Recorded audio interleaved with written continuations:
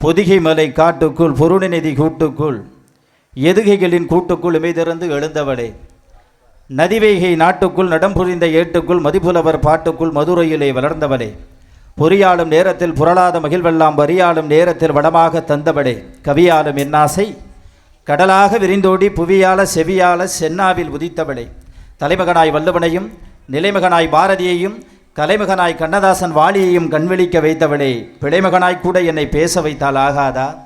அலைமகனாய் உன்னாயுள்ளெல்லாம் என்னாவில் போகாதா? வளர்ப்பு மகன் நான் அல்ல, வளர்ப்பு மகன் நான் அல்ல, உந்தன் வார்ப்பு மகன் என்பதை காட்டு, சிவப்பல்லும் சென்னாவில் செந்தமலை அள்ளி ஊட்டு. கங்கையாறு தலையில் சுமக்கும் இறையனாறு, கொண்ட முகமாறு நின்ற படையாறு என்ற முருகனார்.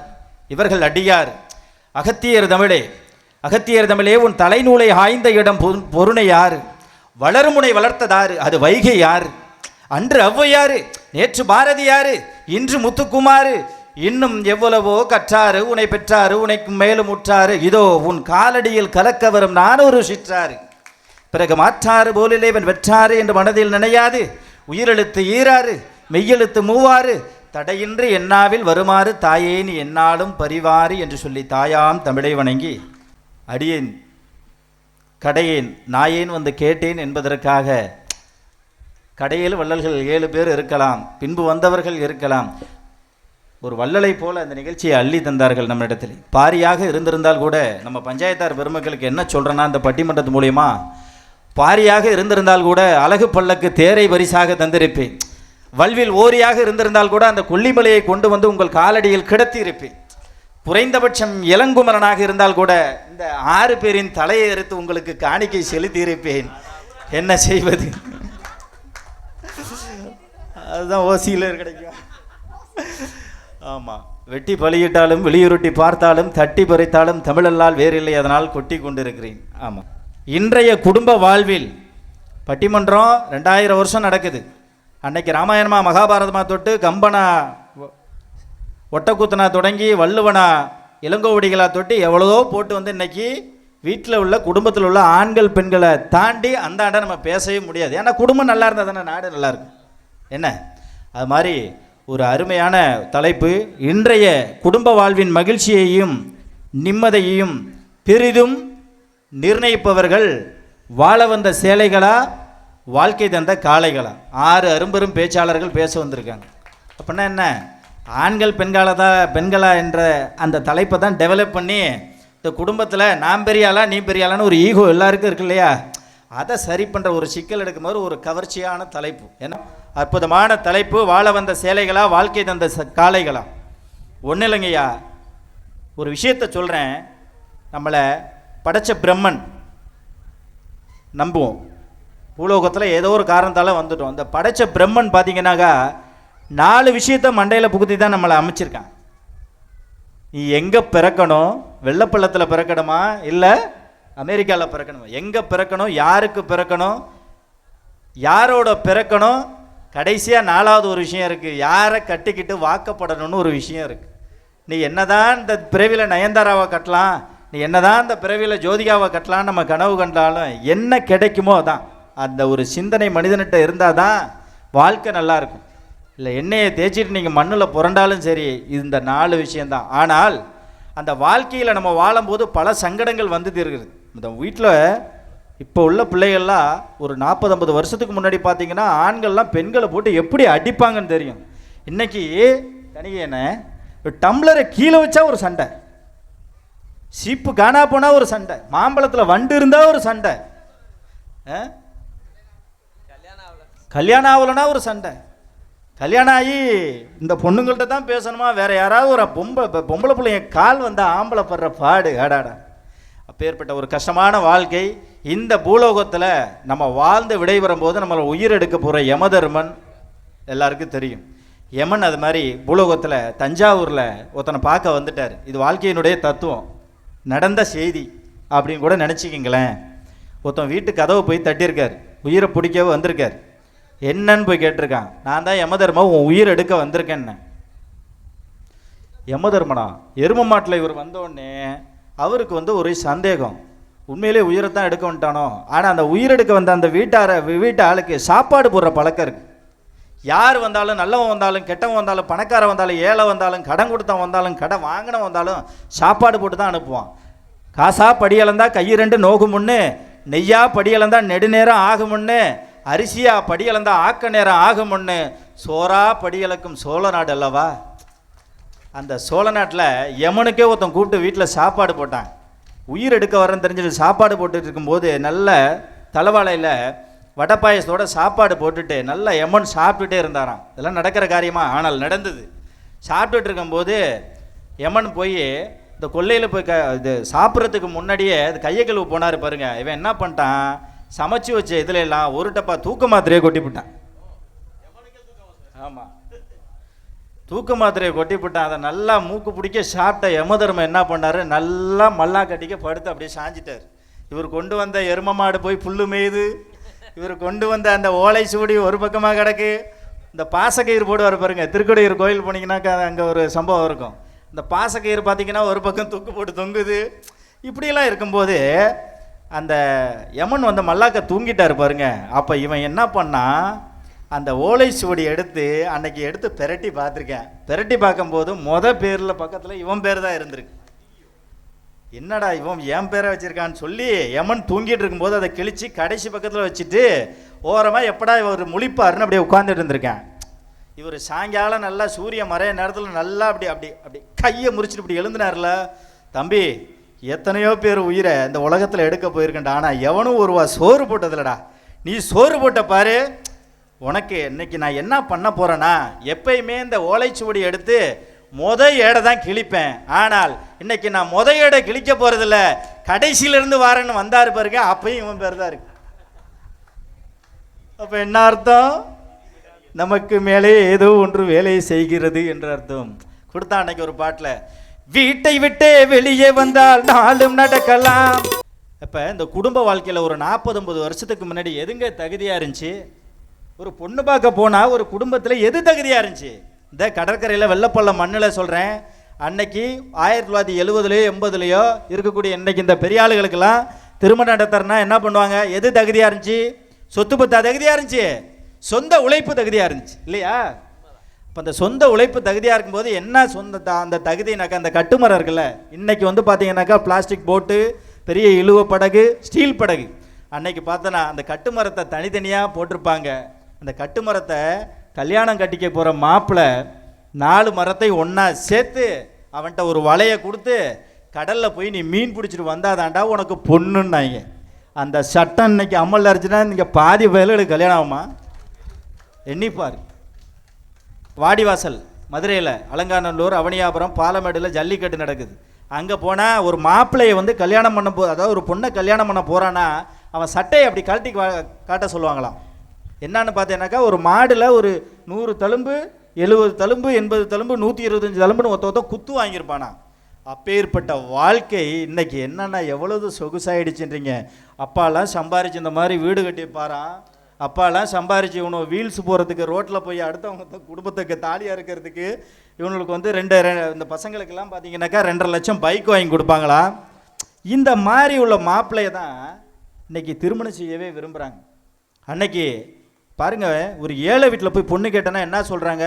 மாப்பிள்ளை குடிக்கிறவனா இருந்திருந்தா ஏழை வீட்டில் இந்த பெண்கள் எப்படி பார்க்குறாங்க தெரியுமா? வீட்டில் வந்து ஆண்கள் வந்து திருமணத்தினுடைய முக்கியமான முடிவுகள் எடுக்கிறது இல்லை, நீ பெண்கள் தான். அந்த ஏழை வீட்டில் போய் பொண்ணு கேட்டானா குடியார நாய்க்கு எதுக்கு பொண்ணு கொடுக்குறீங்கன்னு கேட்குறாங்க. இதே பணக்கார வீட்டில் சொத்து பத்து உள்ள ஒரு பையன் போய் பொண்ணு கேளுங்க, யாரும் குடிக்கல. இப்போ இந்த காலத்தில் பெருசாக இதை தூக்கிட்டு வாரீங்க. சட்டம் தளருதுகிறது பாருங்கள். பணம் இல்லைன்னா பல்ல பகைவன் சொல்லும் மின்னும்னு சொல்லுவாங்க. வாழ்க்கையில் அப்படி ஒரு இது. அதை போல் ஒரு குடும்ப வாழ்க்கையில் 2 விஷயந்தான் சண்டை வர்றதுக்கு காரணம். மாமியார் மருமகள் 2 பேரை வச்சுக்கோங்க. இங்கே ஆம்பளை ஒருத்தன் இருப்பான், மாமனாரை விடுங்க, அவர் ஓரமாக அந்த கடற்கரை பக்கம் அப்படியே வலையை அணைச்சிட்டு அவர் பாட்டு போயிடுவார். ஆம்பளை இருக்கிறான். இந்த நானும் பார்க்குறேன் பல வீட்டில், ஏன் நம்ம வீட்டிலே இருக்குது, காயத்ரி அக்கா வீட்லேயும் இருக்குது, ரஞ்சித்துக்கு அந்த கொடுமை டெய்லியும் நடந்துக்கிட்டு இருக்கு. கணவனும் மனைவியும் சிரித்து பேசிக்கிட்டா அம்மாவுக்கு பிடிக்காது, மாமியாருக்கு பிடிக்காது. கணவனும் மனைவியும் சிரித்து பேசிட்டான். கணவன்னா உங்கள் தமிழ்நாட்டில் கணவனுக்கு பேர் இல்லையோ? சரி, ராவா உடச்சி சொல்கிறாங்களா, புருஷன் முண்டாடி சிரித்து பேசிக்கிட்டா அம்மாக்காரவங்களுக்கு பிடிக்கிறதில்ல. அதே போல் அம்மாவும் பையனும் சிரித்து பேசிக்கிட்டா மருமகளுக்கு பிடிக்கிறதில்ல, அதாவது பொண்டாட்டிக்கு பிடிக்கிறதில்ல. இந்த 2 பேரும் சிரித்து பேசிக்கிட்டா மட்டும் ஆம்பளைக்கு எங்கேருந்துங்க இந்த சந்தோஷம் வருது? இதெல்லாம் யோசனை பண்ணி பார்க்கணும்ல. இப்போ தப்பு எங்கே இருக்குது, வாழ்க்கையில் எங்கே இருக்குன்னு அந்த முடிச்சு அவுக்கிறது தான் நம்ம பார்க்கணும். ஒரு குடும்பத்தில் சண்டை வர்றதுனா சாதாரணம் இல்லை. இப்போ அன்னைக்கு பெண்களுக்கு கூந்தல் நீளமாக இருந்துச்சு, இன்னைக்கு என்ன நீளமாக இருக்குது சொல்கிறா? வாய் நீளமாக இருக்குது. எதை குறைக்கணுமோ அதை குறைக்கணுமா இல்லையா? வேணா செக் பண்ணி பார்த்துக்கோங்க. இந்த முடியெல்லாம் ஒரிஜினல் முடி கிடையாது. அந்தாண்டா ஸ்னேகாவுக்கு அட வாயை குறைக்கணும். இவங்க பேசுகிற வாயை பார்க்க தான் போகிற நீ. என் தாத்தாலாம் மாயவரம் சந்தைக்கு போனான்னா 12 கிலோ மஞ்சள் வாங்கிட்டு வருவார். எதுக்கு? எங்கள் பாட்டி குளிக்க.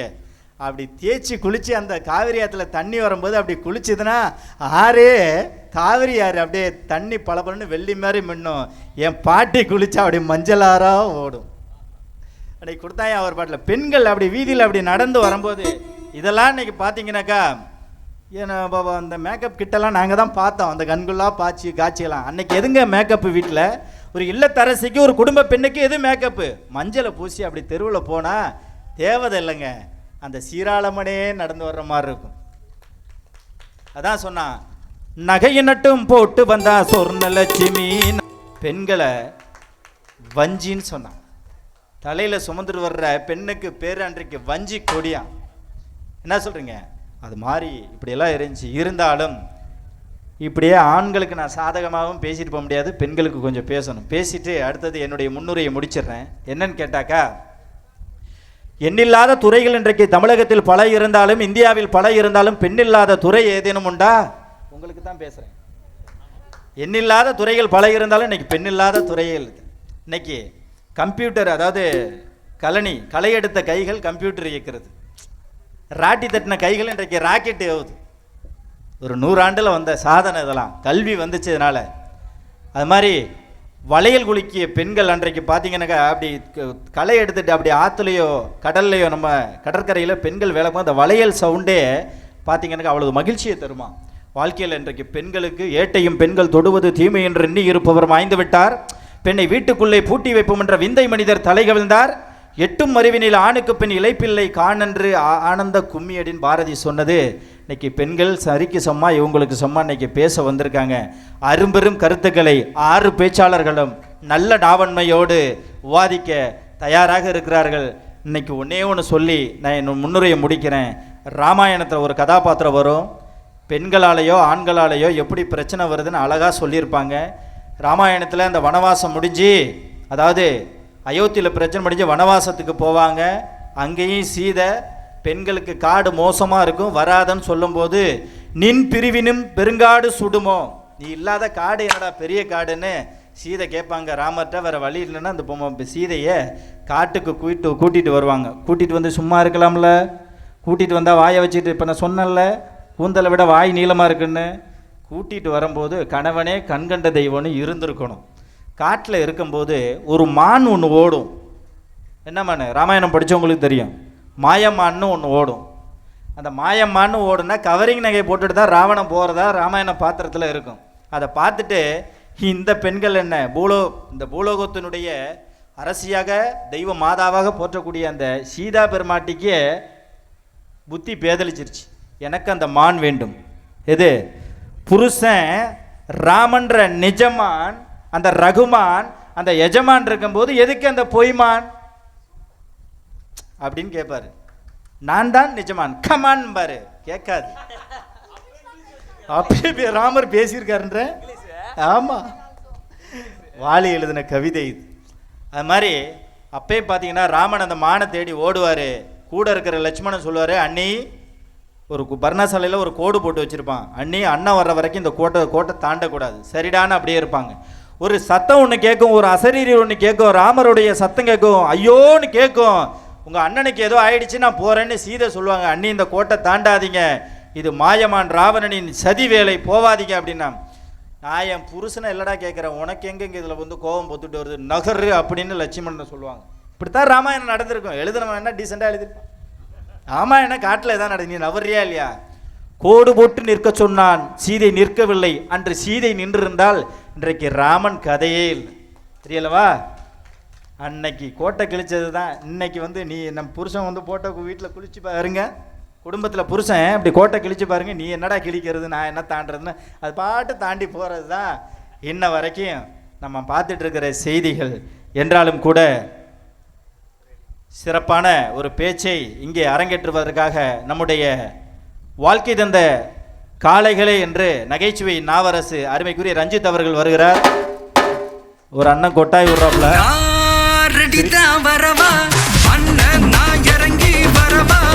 இப்படிதான் நடுவர் அவர்களே, ஒரு ஊர்ல இப்படி போய் பட்டிமன்றம் பேசும்போது ஆடியோன்னு இப்படி அழகா உட்கார்ந்தாரு. நான் சொன்னேன், அழகா தானங்க, அழகா இருக்காருண்ணே. அண்ணா உண்மையிலே அழகா இருக்கீங்கண்ணா. இந்த மாதிரி மனுஷன்லாம் இவ்வளவு அழகா இருக்காருன்னு நீங்க உள்ள மனசுல வச்சு சொல்றீங்க. அவர் அழுக்கா இருக்கிறதுனால தான் இந்த மாதிரி பெண்கள்லாம் வெண்மையா இருக்க முடியுது. இது ஒரு யதார்த்தம் இல்ல, இப்படிதான் சொல்லல, ஒரு சாரம் தான் வைக்க முடியும். ஆமா, ஒரு உதாரணம். இத மாதிரி என்ன பண்ண அண்ணா, ஏத்துன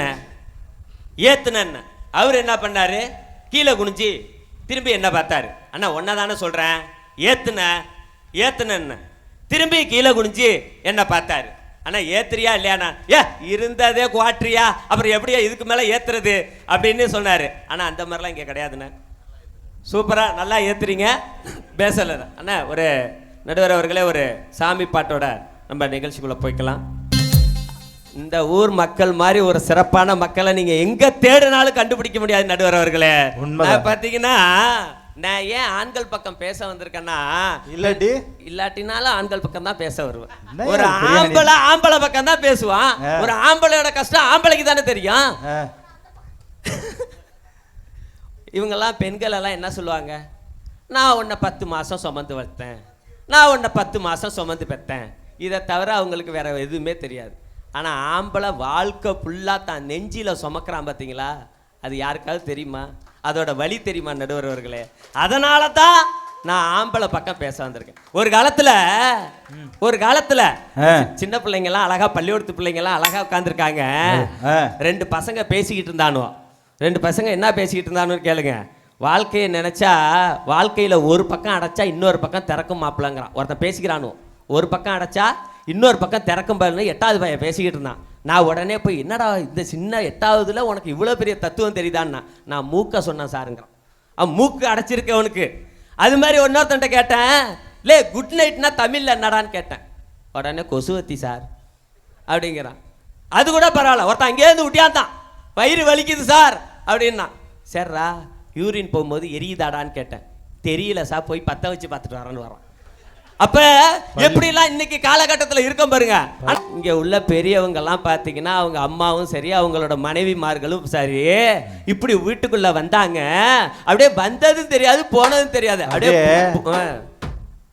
வீட்டில் அப்படி கால் எடுத்து வைக்கும் போது அந்த வீட்டுக்கும் வலிக்காது, பாதத்துக்கும் வலிக்காது. அப்படியே வீட்டில் உள்ள எல்லாரையும் நிமிந்து பார்க்கறதுக்கு 3 நாளாகவும், புருஷனை நிமிந்து பார்க்கறதுக்கு வலி வந்துடும். புருஷனை நிமிந்து பார்க்க 1 வருஷம் ஆகும். 1 வருஷம் ஆகும். அப்படி இருந்தாங்க. ஆனா 2 புள்ள, ஒரு புள்ள அதுக்கு முன்னாடி 15 புள்ள தான், ரொம்ப கலையாது. சித்திரை வைகாசிக்கு ஆணி ஆடின்னு போயிட்டே இருக்கு. ரொம்பலாம் பெக்கல. 15 புள்ள எப்படிங்க? 15 தான். ஏன் வருஷத்துக்கு 1 போயிட்டே இருக்கும். அது பிரச்சனை இல்லை. ஆனா இன்னைக்கு என்ன தெரியுமா வருது, உள்ள வருதுன்னா, அன்னைக்கு ஒரு மண்டபம், வேதாரண்யத்துல ஒரு மண்டபத்துக்குள்ள ஒரு பொண்ணு வருது. மலையூர் நாட்டாம மனச காட்டு பூட்டாம ஒன்ன போல யாரும் இல்ல மாமா. அப்படியே வந்துச்சு பாருங்க. என்ன அப்படியே நடுவர் அவர்களே, அப்படியே வந்துச்சு பாருங்க. மண்டபத்துல உள்ள டைல்ஸ் பூரா பேத்துக்கிட்டு மேனேஜர் மண்டையில அடிச்சு அவன் மாட்டாஸ்பத்திரியில கிடக்குறான் நடுவர் அவர்கள். இன்னும் ஒரு 5 வருஷத்துல பட்டிமன்றம் எப்படி இருக்குன்னு கரெக்டா சொல்றேன். நடக்கலன்னா நீங்க பாருங்க. இப்ப ஆடிட்டே பாடினார்ல, பேச்சாளர்லாம் வர்ற காலத்துல ஆட ஆரம்பிச்சிருவாங்க. அப்படித்தான் இருக்கு நிலை, வேற வழி இல்ல. ஆனா இந்த காலத்துல பொம்பளைங்க ஆடுற ஆட்டத்தினால ஆம்பளை தானா ஆடுறான். நடுவர் அவர்களே, தம்பி நான் ஏன் தெரியுமா பொம்பளைக்கு சப்போர்ட்டா பேச மாட்டேன்? காரணமே இல்லாம சண்டை போடுறதும், ஹேர்பின்னே இல்லாம கொண்டை போடுறதும் இந்த பெண்களுக்கு கைவந்த கலை. நல்லா இருக்கியா? ஆமா. அதனாலதான் பாத்தீங்கன்னா இன்னைக்கு எல்லாம் பாத்தீங்கன்னா, ஒரு காலத்துல நீங்க சொன்னீங்க என்னது, பெண்கள் எல்லாம் என்ன பண்றாங்கன்னா பிளேன் ஓட்டுறாங்க. பெண்கள் எல்லாம் பிளேன் ஓட்டுறாங்க. பெண் இல்லாத இடம் இல்லை. இன்னைக்கு எல்லாரோட மண்டையிலையும் பேன் இல்லாத இடமே இல்லை. ஒரு காலத்துலலாம் பார்த்தீங்கன்னா மேக்கப் போட்டான். எப்படி போட்டான் நீங்க சொன்னீங்க? அந்த மஞ்சள் அழகா பூசிட்டு நெத்தியில 1 ரூபா காயின் அளவுக்கு ஒரு சிகப்பு கலர் பொட்டை வச்சுக்கிட்டு இந்த உங்க அம்மா வந்தாங்கன்னா அப்படியே தேவதை மாதிரி இருக்கும்னு சொன்னீங்க. இன்னைக்கு நல்ல பாம்பு நிக்குது நெத்தியில. என்ன பொட்டுனே அளவு தெரியல. அது இங்க ஆரம்பிச்சு இங்க நல்ல பாம்பு படுத்திருக்கு. அன்னைக்கு என் பையன் பயந்துட்டான். என்னம்மா என்ன அப்பா மண்டை அம்மா மண்டையில நெத்தியில வந்து நல்ல பாம்பு வர. அன்னைக்கு பட்டிமன்றம் முடிச்சிட்டு பஸ்ல போய் புதுக்கோட்டையா உட்கார்ந்தனே, யாரோ ஒரு அம்மா வந்து பொட்டு எடுத்து பஸ் சைடு கம்பி இருக்கு பாருங்க, அதுல வச்சுட்டு போயிருக்கும் போல. நான் இப்படி சாஞ்சி தூங்கிட்டே வந்தேன்ல, என் சட்டையில ஒட்டிச்சு. ஐயோ, வீட்டுக்கு போனேன். வீட்டுக்கு போய் கதவை திறந்தவ என் மனைவி, என்ன அது புட்டு எவ்வளவு நாள் நடக்குது, எத்தனை நாளா நடக்குது இது, யாரோ வச்ச பொட்டு. அப்ப ஒரு பொட்டுல வாழ்க்கை டக்குன்னு பொட்டுன்னு போகுதுல்ல. பொட்டுன்னு போனாலும் பரவாயில்ல, பட்டுன்னு போனுச்சு பாருங்க. நடுவரவர்கள் நீங்க பொண்டாட்டிக்கு பயப்படுவீங்களோ? நானா? நீங்க? நான் மட்டும் இல்ல அந்த நஞ்ச தின்ன சிவபெருமான் இருக்காருல்ல, ஆமா, உள்ள போகாம தொண்டைக்கு வெளியே மேலே நிக்கும்ல, இந்த சிவபெருமான் முத கொண்டு பயந்துகிட்டு தான் இருப்பார். ஆனா நான் அப்படி கிடையாது. நான் அப்படிலாம் கிடையாது. உங்களை மாதிரியா பொண்டாட்டி அதட்டுறதுக்கெல்லாம் பயந்துக்கிட்டு ஒரு நாள் இப்படிதான் என்னடா இங்க வாடா அப்படின்னா, யாரை கூப்பிட்றா இவ? திரும்பி பார்க்குறேன், எவனுமே இல்லை, செவுரு. சரி ஒருவேளை என்னதான் கூப்பிட்றாப்புல இருக்குன்னு நினச்சிக்கிட்டு இப்படி போனேன். இன்னொரு வாட்டி லே ஒன்னதான்டா கூப்பிட்றேன், அறிவு இல்லை அப்படின்னு கூப்பிட்டா. உடனே பையன் சும்மா இல்லாமல் எப்பா ஒன்னதான்ப்பா அம்மா கூப்பிடுதுன்னா, சரி நம்மள தான் கூப்பிட்றாப்புல இருக்க, கோவம் வந்துட்டுனேன், கண்ணுக்குனால செவந்து விட்டு கதவை அப்படியே சாத்துனேன், ஜன்னலையும் சாத்துனேண்ணா. அப்படியே நேராக எதுக்க வந்து நின்னான். பொசுக்குன்னு கீழே விழுந்தேன் பாருங்க. அப்படியே கண்ணீர் 1.5 லிட்ரு. அப்படியே அந்த பாதத்துலேருந்து அழுக்கா இருக்கும் போல இருக்கு அவ காலு. அப்படியே அந்த பாதத்தை கழுவி அந்த தண்ணியில பாருங்க அப்படியே குளம் மாதிரி தேங்கி. அழுகையெல்லாம் எங்க இருந்து வருதுன்னு தெரியலையா? ஆமா அடா, அது பாத்தீங்கன்னா இந்த அளவுக்கு இருக்கு. இன்னைக்கு மேக்கப், அன்னைக்கு ஏன் பண்ணாட்டி மேக்கப் போட்டா எப்படி போட்டா? ஒரு அண்ணன் கூடையில 100 பேரலவ்லி. ஒரு அண்ணன் கூட எடுத்துக்கிட்டு அதுல 100 பேரலவ்லி. சரி, பேரலவ்லியை பிதுக்கி விட்டு நல்லா குழப்புன்னு குழப்பி நேரா இப்படி அப்புல மண்டையை கொண்டு உள்ள விட்டுட்டான். மண்டையை கொண்டு உள்ள விட்டா பாத்தீங்கன்னா ஊத்தாப்பா, முனியாண்டி விலாஸ் ஊத்தாப்பா மாதிரி மேல ஒட்டி இருக்கு. நான் பக்கத்துல ரமேசன் கடையில போய் ஒரு பெரிய வில்கின்சன் பிளேடு வாங்கிட்டு வந்து இழுக்கிறேன், பிளேடு உடையுது. யாரு? உங்க மனைவி முகத்துல? ஆமா. அப்புறம் பிளேடு உடைஞ்சது சும்மா இல்ல, போட்டு பரட்டுன்னு இழுத்தா அந்த செவுத்துல சுண்ணாம்பு கொட்டி இருக்கு பாருங்க, இந்த மாதிரியா கொட்டி இருந்துச்சுன்னா பார்த்தீங்கன்னா 1 யூனிட். அப்புறம் ஜேசிபி வர சொல்லி அதை அள்ளி கொண்டு போட்டு வந்தோம். ஆக இந்த காலத்துலலாம் பார்த்தீங்கன்னா பெண்கள் என்ன பண்ணுறாங்க, எதை எடுத்து அந்த பாருங்களேன், ஆம்பளை வெளிநாட்டில் ரத்தம் சிந்தி சம்பாதிப்பான், இந்த கடலுக்கு போய் அவன் உயிரை கொடுத்து போராடி சம்பாரிச்சிட்டு வர்ற காசு இங்கே மேக்கப்புக்கும் ஜாக்கெட்டுக்கும் போயிட்டு இருக்கு. 300 ரூபா புடவைக்கு 3500 ஜாக்கெட்டு. புடவை ரேட்டு கம்மி, இது ஆரி ஒரு கொண்டு வந்து வந்திருக்கு, கண்டுபிடிச்சிருக்காங்க. 300 ரூபா புடவைக்கா 3500 ஜாக்கெட்டு. அந்த ஜாக்கெட்டை கூட நான் மன்னிச்சு தொலைஞ்சிருவேன். 2 கயிறு எதுக்கு தொங்க விட்டுருக்கான்? 2 கயிறு தொங்க விட்டுருக்கானே, தூக்கு போட்டு தொங்க தான். தூக்கு போட்டு தொங்க பரவாயில்ல. அன்னைக்கு நான் பஸ் ஸ்டாண்ட்ல ஒரு அக்கா போகுது, 9வது படிக்கிற பையன், அந்த பஸ்ஸை பிடிக்க முடியலன்னு ஓடுறான். இந்த அக்கா படியில நின்றுட்டு போனிச்சு பாருங்க, கம்பியில ஒரு கை, இது ஜாக்கெட் கயிறுல ஒரு கம்பி கை, பஸ்ஸை பிடிச்சி போறான். அது கூட மன்னிச்சிடும். 2 குண்டு எதுக்கு தொங்குதுன்னே தெரியல. அது இப்படி ஆட்டிக்கிட்டு போகுது. அவன் பஸ்ல ஏறி டிக்கெட்டுங்கிறான், கண்டக்டர் கண்ணில் குத்தி அவன் கண்ணாஸ்பத்திரியில் கிடக்கிறான். முன்னாடி எல்லாம் பாத்தீங்கன்னா அவன் ஜன்னல் வைக்கிறான், நிலக்கதவு வைக்கிறான். 2 பேரும் மாயலை எடுத்துட்டு போறான். மாயலை சந்தானம் குங்குமம் எதுக்கு? கரகபிரவேசம் பண்றான். எதுல? ஏன் 300 ரூபா ஜாக்கெட், 300 ரூபா புடவைக்கு 3500. அது கூட பரவாயில்ல. அன்னைக்கு திருத்திரவண்டி பஸ் ஸ்டாண்ட்ல பாக்குறான், ஒரு அக்கா என்ன பண்ணுது, பின்னாடி கோயில் கோபுரத்தை போட்டு வச்சிருக்கு. போறவன் பூரா என்ன பண்றான், தொட்டு கும்பிட்டுக்கிட்டே போயிட்டு இருக்கான்.